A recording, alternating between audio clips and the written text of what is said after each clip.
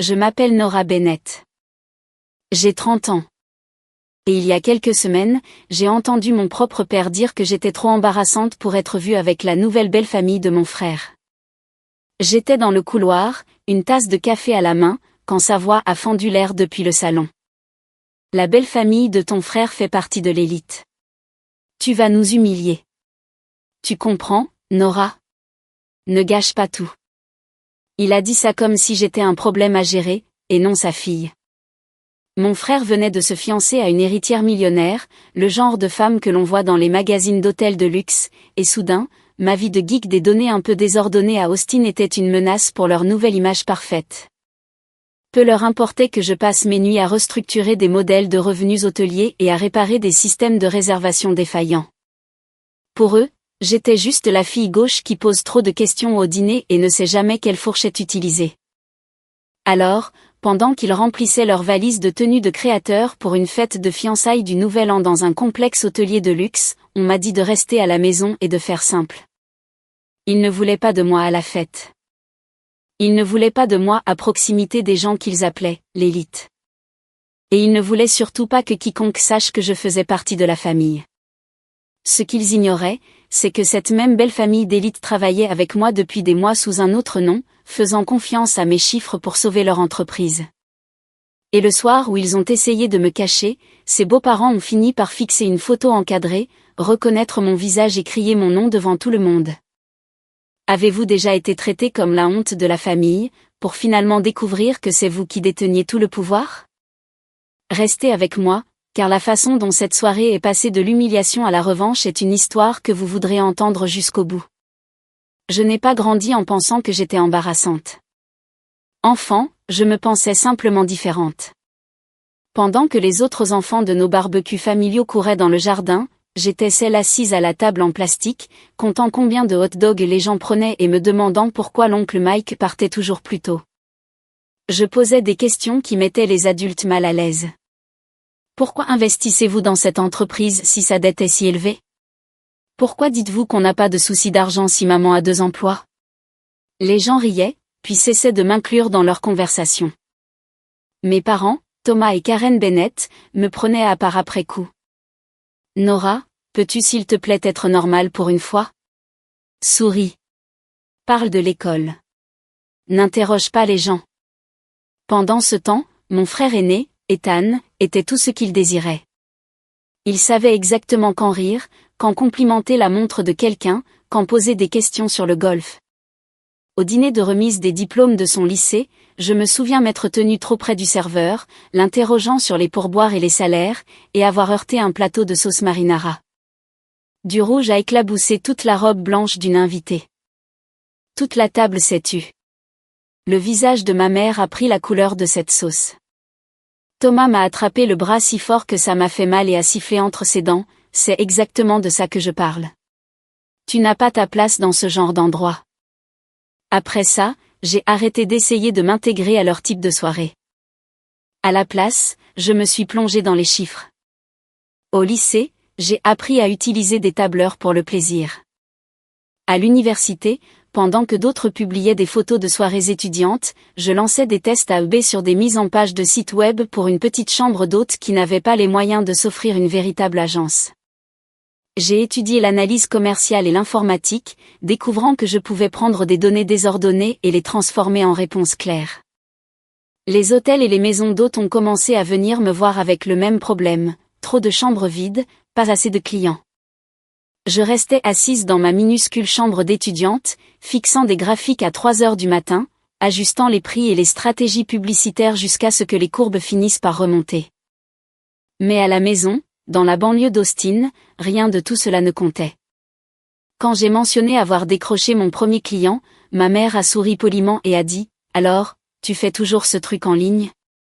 Mon père a balayé ça d'un revers de main. « C'est juste temporaire. Elle finira par trouver un vrai travail. » Ethan, de son côté, s'est lancé dans le droit après l'université, a rejoint un cabinet d'avocats d'affaires et est instantanément redevenu l'enfant prodige. Mes parents le présentaient à tout le monde comme « notre futur associé dans un grand cabinet à Dallas, notre fierté et notre joie ». Quand j'arrivais au dîner de famille en jean après une journée de 12 heures à conseiller 3 petits hôtels à la fois, ma mère me chuchotait: « Pourrais-tu au moins faire semblant de ne pas travailler depuis ta chambre ?» À un moment donné, quelque chose en moi a craqué. S'il n'allait jamais voir ma valeur dans cette pièce, je la construirais tranquillement à l'extérieur. J'ai enregistré ma propre petite entreprise de conseil, Bennett Analytics, et j'ai commencé à dire non quand mes parents essayaient de m'entraîner à des soirées où je savais que je serais la risée. J'ai choisi les données plutôt que les dîners, les tableaux de bord plutôt que les conversations polies. Et pendant qu'ils étaient occupés à polir l'image d'Ethan, j'apprenais lentement quelque chose dont ils n'avaient aucune idée: entre de bonnes mains, les chiffres peuvent changer le destin d'une entreprise entière. La question était: que se passerait-il le jour où mes chiffres entreraient en collision avec leur obsession pour le statut social? La première fois que Harrington et Val est entré dans ma vie, c'est parce que quelqu'un d'autre était désespéré. J'étais dans mon appartement par un après-midi moite à Austin, à moitié endormi sur un tableur, quand un email est apparu avec pour objet: urgent, chaîne hôtelière de taille moyenne en difficulté. Pouvez-vous aider? Une petite agence pour laquelle j'avais travaillé en freelance paniquait. Ils avaient un client dont les réservations s'étaient effondrées après la pandémie, une marque de luxe avec de gros budgets marketing et des attentes encore plus grandes. Ils avaient besoin de quelqu'un qui puisse rapidement donner un sens à ce chaos. Ce client était Harrington et Val Resorts, bien qu'à ce moment-là, ce ne soit qu'un logo et un nom dans une pièce jointe. Quelques heures plus tard, mon téléphone a sonné. « Ici Graham Harrington », a dit une voix, mesurée mais tendue. « On nous a dit que vous saviez comment sauver les meubles avec des chiffres. » Je me suis redressé un peu. « Pas de caméra », a-t-il ajouté rapidement. « Notre connexion est horrible en ce moment. Restons juste en audio. » Ça m'allait très bien. J'aimais ne pas l'être vu. Au cours de l'heure suivante, il m'a tout exposé. Leurs établissements phares étaient à moitié vides. Les concurrents grignotaient leur part de marché. Et la dernière agence avait brûlé un budget à 7 chiffres pour des résultats quasi nuls. Nous avons besoin de quelqu'un qui comprend vraiment les données, pas seulement les jolies présentations, a-t-il dit. Pouvez-vous plonger dans nos systèmes, nous dire ce qui ne va pas, et le réparer? J'aurais dû être intimidé, mais ce que je ressentais était tout autre, de la clarté. Ce n'était qu'une version beaucoup plus grande du même puzzle que je résolvais depuis des années. J'ai demandé l'accès à leur système de réservation, à leurs comptes publicitaires, aux analyses de leur site web. En quelques jours, je passais au peigne fin des années de chiffres, repérant des schémas que personne dans leur équipe n'avait remarqués. Leur tarification était statique dans un marché devenu incroyablement dynamique. Leur publicité ciblait les mauvaises tranches d'âge dans les mauvaises villes. Leur site web perdait des clients potentiels à l'étape du paiement parce que le formulaire mobile était un cauchemar. Alors, j'ai élaboré un plan. Nous avons testé une tarification dynamique liée aux courbes de la demande, modifiant les tarifs par de minuscules pourcentages en fonction de la saisonnalité et des recherches en temps réel. Nous avons coupé la moitié de leurs campagnes publicitaires inutiles et réorienté le budget vers un trafic de recherche à haute intention et des audiences sociales ciblées. J'ai conçu des forfaits pour les télétravailleurs, les familles en staycation, les gens qui voulaient de longs week-ends à distance de conduite plutôt que des voyages internationaux. C'était plus risqué que les rapports sans saveur qu'ils avaient l'habitude de voir. Et je le leur ai dit. Graham a marqué une pause au téléphone, puis a dit: « Si vos chiffres sont corrects, nous n'avons plus rien à perdre. Faites-le. » Pour la première série de tests, j'ai même mis en jeu une partie de mes propres honoraires de conseil, en structurant une partie comme étant basée sur la performance. Si j'échouais, je ne gagnerais presque rien. Si ça marchait, nous serions tous les deux gagnants. Le premier mois, les graphiques ont un peu bougé. Le deuxième mois, ils ont grimpé en flèche. Les taux de réservation ont augmenté, les revenus ont suivi, et même le conseil d'administration a cessé de harceler Graham. Il m'a appelé tard un soir, sa voix plus légère que je ne l'avais jamais entendue. J'ai ri et lui ai dit que je préférais rester dans les coulisses, mais j'ai quand même envoyé un portrait professionnel, au cas où ils insisteraient. Sur la maquette interne qu'ils m'ont envoyée par email, ma photo se trouvait dans un cadre doré avec la légende « Stratège en données et croissance, Nora Bennett ». J'ai fermé le fichier avant de trop y penser. Pour moi, ce n'était qu'une victoire silencieuse de plus que personne à la maison n'avait besoin de connaître. Ce que je n'avais pas réalisé alors, c'est que cette même chaîne hôtelière ressuscitée accueillerait bientôt un gala de charité étincelant. Et à ce gala, mon frère aîné si parfait, Ethan, rencontrerait une femme nommée Leia Harrington, l'héritière millionnaire dont mes parents tomberaient amoureux bien avant de m'accepter un jour. Ethan m'a appelé environ 3 mois après ce premier grand redressement pour Harrington et Val. Sa voix était enjouée, d'une manière que je reconnaissais à chaque fois qu'il pensait monter en grade. « Et, tu es libre pour un café ? J'ai des nouvelles. » Nous nous sommes retrouvés dans un endroit chic du centre-ville, le genre d'endroit avec des sols en béton et des cortados hors de prix. Il est entré en costume sur mesure, même si c'était un samedi. Ce sourire facile plaqué sur son visage. Je pouvais deviner avant même qu'il ne dise un mot que ce qu'il allait m'annoncer rendrait nos parents très, très fiers. Il ne m'a même pas laissé finir mon bonjour. « Je suis fiancé, a-t-il dit, lâchant le mot entre nous comme un trophée. À Leia. Leia Harrington. Le nom m'a frappé comme un bug dans mon cerveau. Harrington. Comme dans Harrington et Val, ai-je demandé prudemment. Ouais, a-t-il dit, les yeux brillants. Sa famille possède cet empire hôtelier de dingue. Ils organisent des événements caritatifs et des collectes de fonds politiques tout le temps. Papa est en train de halluciner. Dans le bon sens du terme. J'ai forcé un sourire. J'avais passé des mois à l'intérieur des chiffres de cet empire, les sauvant de l'effondrement, mais dans le monde d'Ethan, j'étais toujours à 10 pas derrière l'image qu'il cultivait. C'est super, ai-je dit. Je suis heureuse pour vous. Nous avons parlé un moment de la demande en mariage, de la bague, de la réaction de nos parents. Bien sûr, ils étaient ravis. C'était le genre de connexion dont ils avaient toujours rêvé, la porte dorée vers le monde qu'ils admiraient dans les magazines et à la télévision. Ce n'est que lorsqu'Ethan a terminé son histoire que son expression a changé, comme s'il avait gardé la partie inconfortable pour la fin. Alors, il y a une fête de fiançailles pour le nouvel an, a-t-il commencé, traçant le bord de sa tasse. Dans l'un des complexes hôteliers de la famille de Leia. Ça va être énorme. Ses parents invitent des donateurs, des partenaires commerciaux, quelques politiciens. C'est un gros truc. J'ai hoché la tête, attendant le moment où il me demanderait si j'avais besoin d'aide pour réserver des vols ou choisir une robe. Au lieu de ça, il s'est raclé la gorge. Écoute, Nora, a-t-il dit, et mon estomac s'est noué. Je pense que c'est mieux si tu passes ton tour cette fois-ci. Je l'ai dévisagé. Passer mon tour ? C'est ta fête de fiançailles. C'est un public très particulier, a-t-il dit lentement. Les parents de Leia, leurs amis.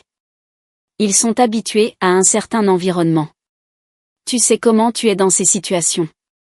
Comment je suis, ai-je répété, la voix plus sèche. Il a levé les mains comme un bouclier. Tu poses ces questions lourdes. Tu mets les gens mal à l'aise. Tu ne joues pas vraiment le jeu, papa pense que ce serait peut-être trop stressant pour toi. Trop stressant pour moi ou trop embarrassant pour vous, ai-je demandé. Il a grimacé, ce qui m'a dit tout ce que j'avais besoin de savoir. Ethan, je travaille avec des hôtels et des complexes hôteliers pour gagner ma vie, j'ai eu envie de dire. J'en sais plus que toi sur le genre de personne que tu essaies d'impressionner. Mais il a continué à parler. On n'a qu'une seule chance de faire une première impression sur la famille de Leia. Ils font partie de l'élite, Nora. Ils sont habitués à certaines manières, à une certaine image. Maman et papa sont déjà nerveux. Ils pensent que c'est plus sûr si tu ne viens pas. Plus sûr, comme si j'étais une tempête imprévisible qui pourrait ruiner sa grande soirée. J'ai ri, mais le son est sorti plat. Donc, je ne suis pas invitée à la fête de fiançailles de mon propre frère parce que je ne corresponds pas à l'image. Il ne pouvait pas croiser mon regard. Ce n'est pas comme ça, a-t-il marmonné. On fera un dîner de famille plus tard, en petit comité. Juste nous. Tu sais que je t'aime, non ? Tu sais que ce n'est que de la stratégie. Quand je suis rentrée à la maison, mes parents étaient dans le salon, leur voix basse et pressante. Je me suis arrêtée dans le couloir, sans être vue. La belle famille de ton frère fait partie de l'élite, disait papa. On ne peut pas risquer que Nora se mette à divaguer sur l'argent ou à critiquer le modèle économique de quelqu'un. Elle nous humiliera. Karen a soupiré. Elle ne le fait pas exprès, Tom, mais ça pourrait être la porte d'entrée d'Ethan vers quelque chose de mieux. On ne peut pas la laisser gâcher ça. Les mots ont atterri plus durement que n'importe quelle gifle. À l'étage, mon ordinateur portable était toujours ouvert sur un tableau de bord de Harrington et Val, le même logo qui serait embossé sur les invitations à la célébration du Nouvel An d'Ethan. Ils étaient terrifiés à l'idée que je les embarrasse devant les personnes mêmes dont j'avais aidé à reconstruire la fortune. J'ai fermé les yeux et j'ai pris une lente inspiration. Très bien, ai-je pensé. S'ils veulent me cacher, qu'ils le fassent. Ils n'ont aucune idée à quel point leur version de cette histoire est petite. Ils pensent que cette fête est une question d'image, ils ne réalisent pas que quelque part, au milieu de tout ce champagne et de ces paillettes, mon nom est déjà accroché au mur de leur belle famille, attendant de faire voler en éclats leur petite stratégie parfaite. Le réveillon du Nouvel An est arrivé plus vite que je ne l'aurais souhaité.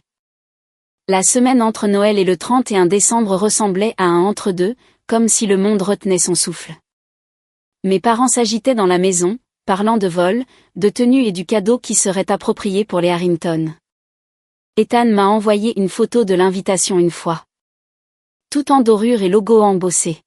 « J'aimerais que tu puisses venir », a-t-il écrit, comme si cette décision n'avait pas été prise, très délibérément, sans moi. Le matin de la fête, je les ai regardés partir pour l'aéroport dans leurs plus beaux habits. Ma mère dans une nouvelle robe qu'elle ne pouvait absolument pas se permettre sans utiliser sa carte de crédit. Mon père ajustant une cravate qu'il avait achetée en solde mais prétendait être de créateur. Ils m'ont fait un signe de la main et j'ai répondu depuis le seuil. La gentille fille à qui on avait dit de rester à la maison pour son propre bien.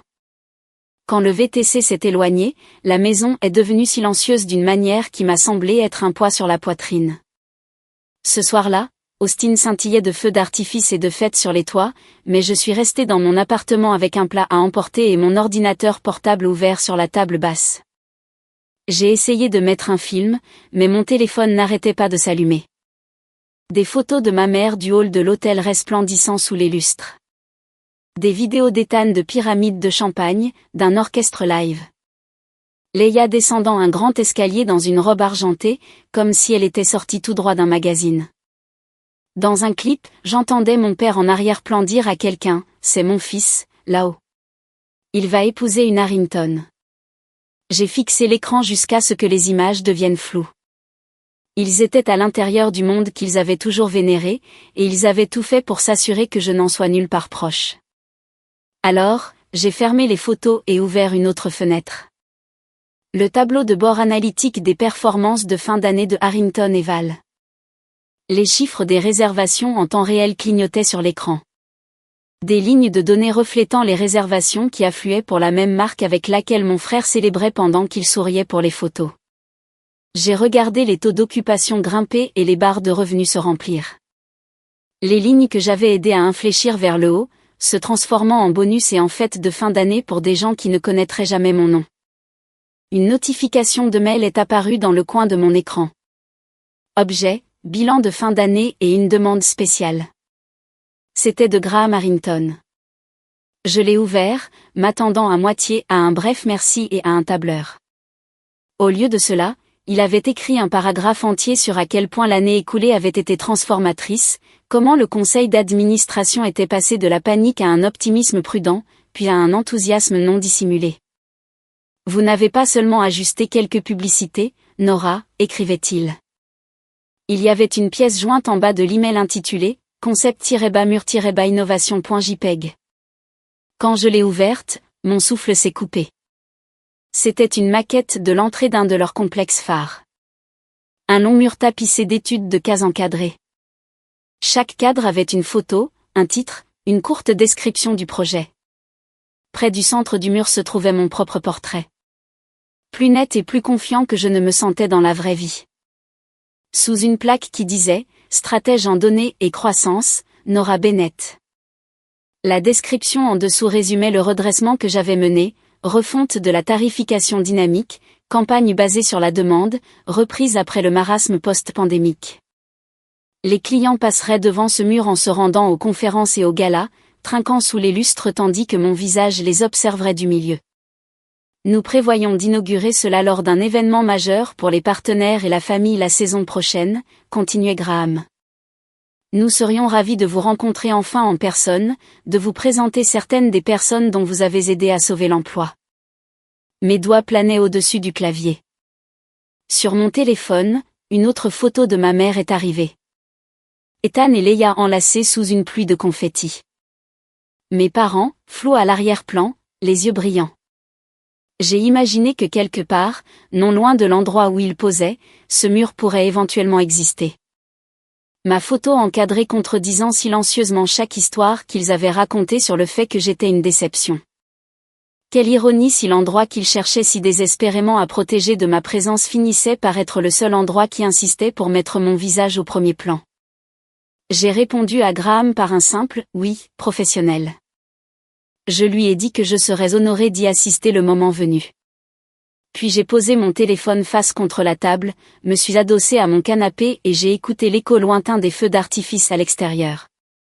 Ils pensaient m'avoir effacé de cette nuit, qu'ils avaient enfin trouvé un monde assez élevé pour que je ne puisse pas l'atteindre. Mais la vérité se trouvait là, sur l'écran de mon ordinateur portable, dans un cadre doré. Mon nom, cousu dans les fondations de leur nouvelle vie brillante.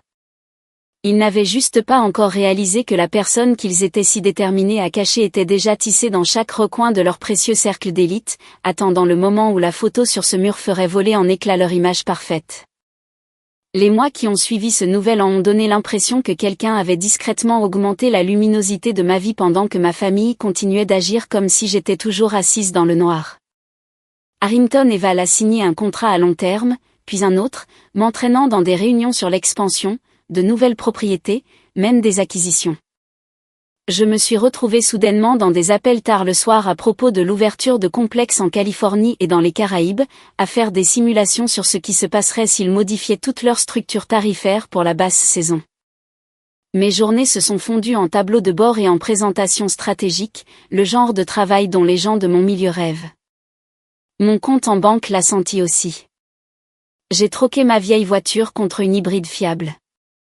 J'ai enfin réparé la fuite au plafond de ma salle de bain et j'ai emménagé dans un 2 pièces qui ne donnait pas l'impression de pouvoir s'effondrer pendant un orage. J'ai fait tout cela discrètement. Pas de grandes annonces, pas de fausse modestie sur les réseaux sociaux.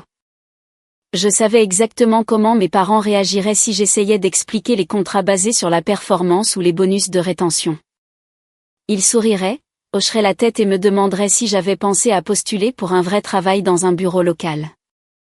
Pendant ce temps, la vie d'Ethan ressemblait à une compilation de ses meilleurs moments. Ma mère m'envoyait des nouvelles constantes, des photos de lui et Leia à des dégustations de vin, des bals de charité, des retraites de luxe, des captures d'écran d'articles mentionnant le nom Harrington avec des légendes comme « Ton frère était là hier soir ». Tu imagines ? Lors des dîners du dimanche auxquels j'assistais, la conversation tournait autour des préparatifs du mariage, des listes d'invités et de combien il était incroyable que notre famille appartienne bientôt à des événements où les gens portaient des smokings et parlaient de comptes offshore. Une fois, devant un pain de viande, Ethan a dit, Graham fait appel à une sorte de consultant de génie pour leur nouvelle stratégie de données. Le type est un vrai magicien avec les chiffres. Si je joue bien mes cartes, je pourrais finir par travailler sur certains de ces contrats. J'ai pris une lente gorgée d'eau pour cacher ma réaction. Maman avait l'air impressionnée. Tu vois, c'est le genre d'entreprise que tu veux fréquenter, a-t-elle dit. Des gens qui savent comment faire bouger les choses. Je me suis demandé ce qu'elle dirait si je lui disais que le soi-disant magicien avait passé la matinée à débattre avec Graham sur l'opportunité de plafonner l'occupation pendant certaines vacances pour protéger la valeur de la marque à long terme. Et que ce magicien, c'était moi. Mais je n'ai rien dit. Laissez-les parler de la proximité du pouvoir. J'étais occupée à le construire. Un après-midi au début de l'automne, un email de l'assistante de Graham m'a fait me redresser. Nous finalisons les détails du gala des partenaires et de la famille dans notre complexe phare de Miami, écrivait-elle. C'est à la fois une célébration du redressement de cette année et un gala de fiançailles pour mademoiselle Leia Harrington et monsieur Ethan Bennett. Graham et Céleste sont particulièrement heureux de vous honorer ce soir-là. Ils aimeraient que vous soyez au premier plan lorsque nous dévoilerons le mur de l'innovation. 6 juin se trouvait l'invitation officielle, embossée et lourde même à travers l'écran. Mon nom était imprimé en haut de la liste des invités, sous une section intitulée « Partenaires stratégiques ». Le nom de mon frère se trouvait plus bas, sous « Famille du marié ». Pendant une seconde, je n'ai fait que fixer l'écran. Je n'avais pas encore eu de nouvelles de mes parents à propos de cet événement, mais je pouvais déjà imaginer la conversation. Ils se vanteraient d'être invités à un gala ultra exclusif dans le complexe préféré de Leia. Ils parleraient de la liste d'invités limitée, du fait que seules les bonnes personnes étaient admises, et quelque part entre les discours et le champagne, ils prévoiraient de me maintenir discrètement à l'écart, encore une fois. La différence cette fois était simple. Les Harrington ne m'invitaient pas en tant que sœur gauche d'Ethan. Ils m'invitaient en tant que personne qui avait changé la trajectoire de leur entreprise. J'ai appelé Graham pour confirmer les détails, en gardant une voix stable. Il semblait sincèrement enthousiaste. « Nous parlons de vous à tout le monde », a-t-il dit. J'ai hâte de voir leur visage quand ils réaliseront que la personne derrière ces chiffres est réelle. J'ai raccroché, me suis adossé à ma chaise et j'ai laissé l'ironie s'installer. Ma famille avait passé une année entière à essayer de me gérer pour m'exclure de leur récit parfait, convaincue que je les embarrasserais devant leur belle famille d'élite. Mais à cette fête, dans ce complexe étincelant, il n'y aurait aucun moyen de me cacher. Mon visage les attendrait dès qu'ils franchiraient la porte, encadrée d'or, mon nom gravé dans le métal. Ils pensaient grimper dans un monde où je n'avais pas ma place. Ils étaient sur le point de découvrir que ce monde était le mien bien avant qu'ils n'y mettent les pieds. Le complexe phare des Harrington à Miami ressemblait exactement au genre d'endroit dont mes parents fantasmaient en feuilletant des magazines sur papier glacé. Des sols en marbre, des palmiers immenses dans des jardinières surdimensionnées, le genre d'arrangements floraux qui coûtait probablement plus cher que ma première voiture. Le soir du gala, l'air était chaud et bourdonnait de richesse. Le personnel en uniformes impeccables se déplaçait comme dans une chorégraphie, guidant les invités vers la grande salle de bal. Je suis arrivée tôt, comme on me l'avait demandé, non pas en tant que sœur d'Ethan, mais en tant que l'une des partenaires stratégiques. Une coordinatrice m'a remis un badge avec mon nom imprimé en lettres noires et nettes, Nora Bennett, stratège en données et croissance. Le voir m'a fait sentir quelque chose se tordre dans ma poitrine. Pour une fois, mon identité n'était pas réduite à « elle fait un truc en ligne ». Dans le foyer, le mur de l'innovation s'étendait sur un côté, exactement comme sur la maquette. Cadre doré, éclairage doux, chaque étude de cas racontant un fragment de l'histoire de la survie de l'entreprise. Mon cadre se trouvait près du centre. Ma photo, mon nom, mon travail. Graham et Céleste sont venus, tout sourire et chaleur sincère. Ils m'ont présenté à des membres du conseil d'administration, à des chefs de service, à des personnes dont les moyens de subsistance étaient liés aux décisions que j'avais aidé à façonner. Pendant la première heure, j'ai complètement oublié ma famille. J'ai parlé de chiffres, de projets futurs et j'ai ri à une blague d'un directeur financier sur les prévisions. J'étais dans mon élément. Puis j'ai entendu la voix de ma mère. Elle flottait depuis le hall, aiguë et nerveuse. Oh, cet endroit est... Waouh! Ethan, regarde ce lustre. Je me suis tournée juste assez pour les voir entrer. Mon père dans un costume qui semblait soudain moins cher sous les lustres. Ma mère serrant sa pochette comme si elle allait s'enfuir. Ethan et Leia marchant en tête, comme s'ils étaient à leur place. Mon instinct a été de me recroqueviller, de me placer derrière quelqu'un de plus grand. Mais le personnel avait déjà été briefé sur qui j'étais. L'un d'eux s'est avancé, me souriant. Mademoiselle Bennett, pouvons-nous vous amener près du mur? Monsieur Harrington veut que vous soyez proche pour l'annonce. Alors, au lieu de me cacher, je me suis retrouvée à quelques pas de ma propre photo encadrée au moment où ma famille traversait le foyer. Ils ne m'ont pas vue au début. Leurs yeux étaient fixés sur le décor, les gens, la promesse de ce que cette nuit signifiait pour eux. Céleste a doucement tapoté sa flûte de champagne, demandant un peu d'attention. Les invités se sont tournés vers elle, les conversations s'apaisant en un murmure. Merci à tous d'être ici, a-t-elle commencé, sa voix claire. Ce soir, il est question de famille et de partenariat, des personnes qui ont soutenu cette entreprise quand les choses semblaient impossibles. Elle a fait un geste vers le mur. Au cours de la dernière année, nous avons construit ceci pour nous rappeler que les chiffres ne sont pas que des graphiques. Ce sont des gens. Des gens qui ont tout changé quand nous en avions le plus besoin. Elle s'est approchée de mon cadre, souriante. L'une de ces personnes nous est maintenant très chère. Elle a pointé directement ma photo. Voici Nora Bennett. Le sol a semblé tanguer pendant une seconde. Mes parents se sont figés en pleine phrase. La tête d'Ethan s'est tournée brusquement vers le son de mon nom. Céleste a lu la plaque à voix haute. Stratège en données et croissance, l'esprit derrière le redressement qui a maintenu ses complexes en vie lorsque le tourisme était au plus bas. Vous n'avez aucune idée du nombre de fois où nous avons prononcé son nom cette année. Elle s'est retournée, suivant la ligne du cadre jusqu'à l'endroit où je me tenais. Puis ses yeux se sont écarquillés, comme si elle venait de résoudre une énigme dont elle ignorait l'existence. Nora, a-t-elle dit, puis plus fort, pleine de joie. Nora Bennett, vous êtes là. Vous êtes la sœur d'Ethan. Les têtes ont pivoté. Des dizaines de personnes se sont tournées pour me regarder, puis Ethan, puis mes parents. Le silence qui a suivi en disait plus que n'importe quel discours. Graham s'est avancé à côté de Céleste, son regard se posant sur ma famille avec une politesse professionnelle qui venait de devenir acérée.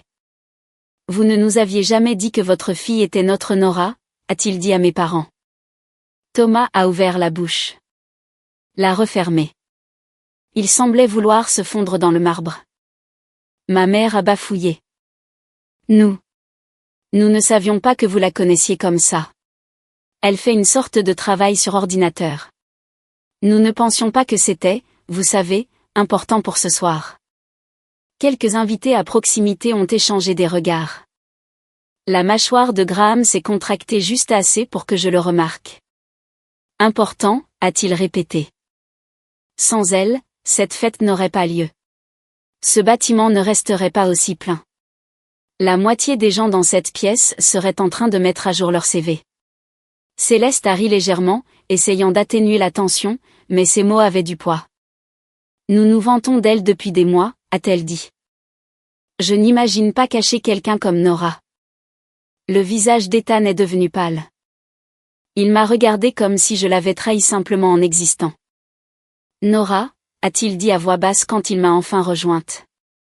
Tu ne m'as pas dit que tu travaillais avec eux. J'ai soutenu son regard. Tu n'as pas demandé, ai-je répondu. Plus tard, loin de la foule, mes parents m'ont coincé dans un couloir tranquille. La voix de ma mère tremblait. Tu nous as fait passer pour des idiots, a-t-elle chuchoté. Nous n'en avions aucune idée. Je l'ai coupé doucement. Aucune idée de quoi? Que j'étais importante pour eux, que mon travail comptait, ou que votre fille embarrassante était devenue la personne qui soutenait l'empire de votre précieuse belle famille. Mon père a tenté de retrouver son autorité. Tu aurais pu nous prévenir, Nora. Nous nous serions préparés différemment. J'ai failli rire. Préparés comment? En m'invitant cette fois-ci? En prétendant que vous étiez fier? Ethan s'est avancé, les yeux vitreux. Écoute, peut-être qu'on a mal géré les choses, a-t-il dit. Mais tu sais comment sont maman et papa. On voulait juste que tout se passe bien.